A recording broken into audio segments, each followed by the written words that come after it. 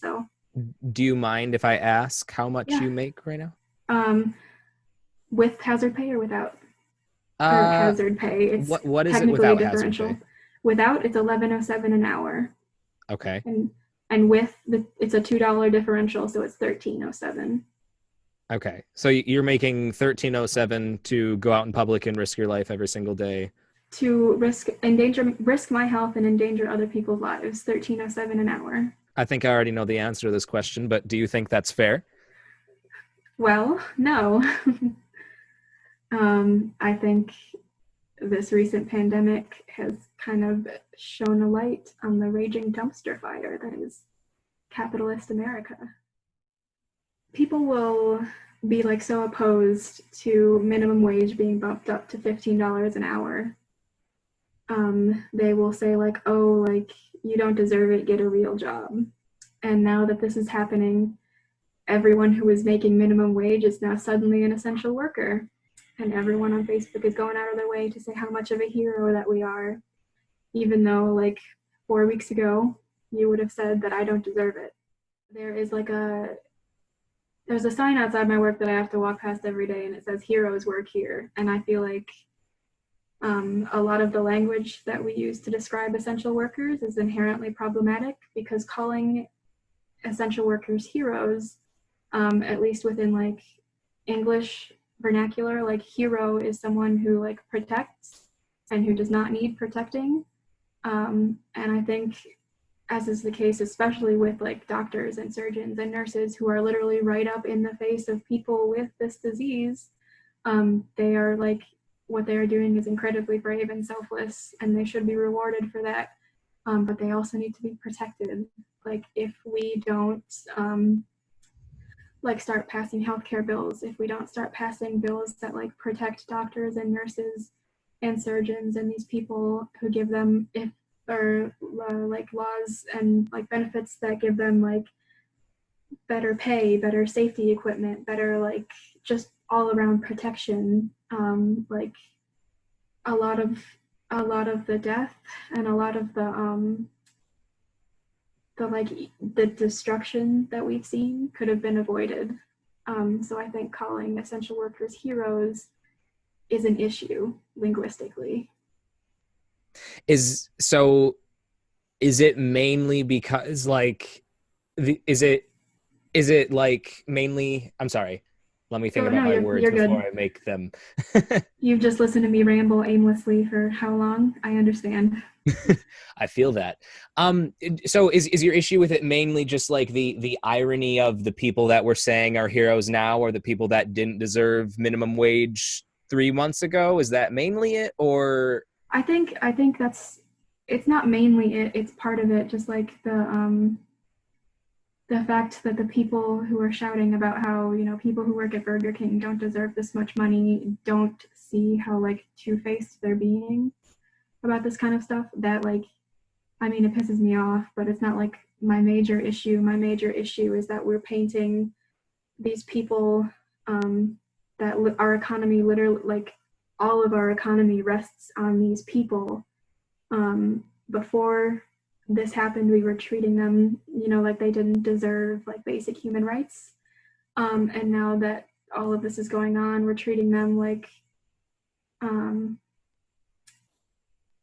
we're treating them as though they they understand they're essential, and as though that if they leave their job, they will be single-handedly responsible for ruining the economy, even though that's not it.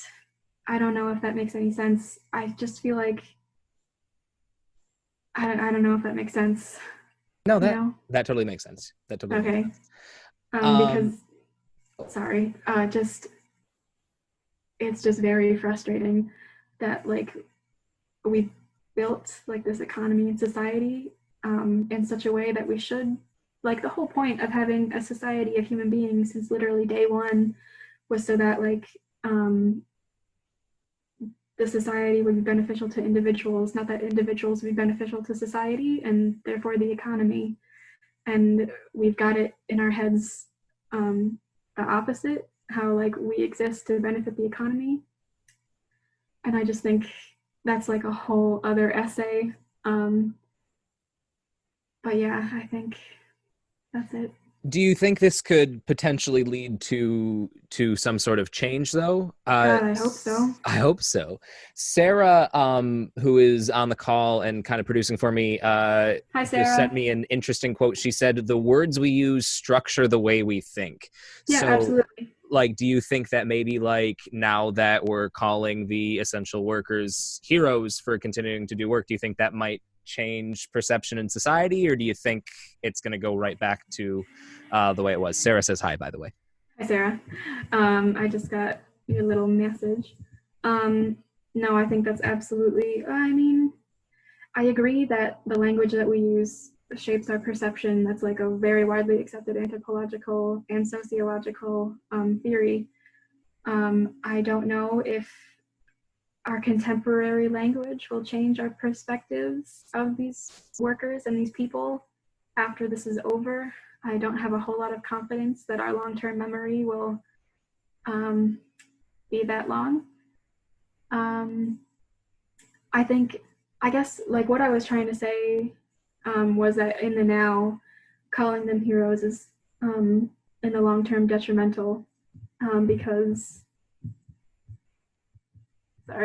because like, uh, because of what I said, I can't remember what I said before, but what I said before, like we will perceive these people as someone who they don't need to be protected. They knew what they were doing. They're prepared. It's not our problem. But in the long term, I can definitely see.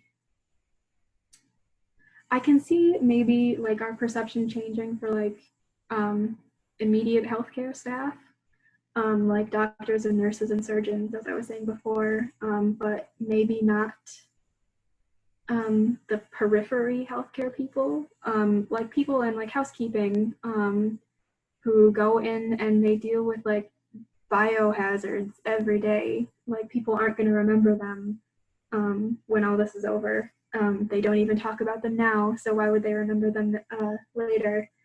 But like housekeeping people and maintenance people and like dining services people, like the maintenance people, like hospitals would shut down without maintenance, without housekeepers. Hospitals would be like overflowing with trash and biohazards. Without dining services, people would not get fed on a regular basis. So I feel like the language that we're using now would only affect the healthcare workers that people automatically like perceive when you say healthcare workers. Like when I say healthcare workers, people are most likely to think of like, oh, doctors. They're not going to think like, oh, Karen, who's been working in housekeeping for 40 years at the same establishment and like knows every resident, who talks to all the residents every day, talks to them about their families, and goes in and deals with like their biohazard and their trash and that kind of stuff, you know?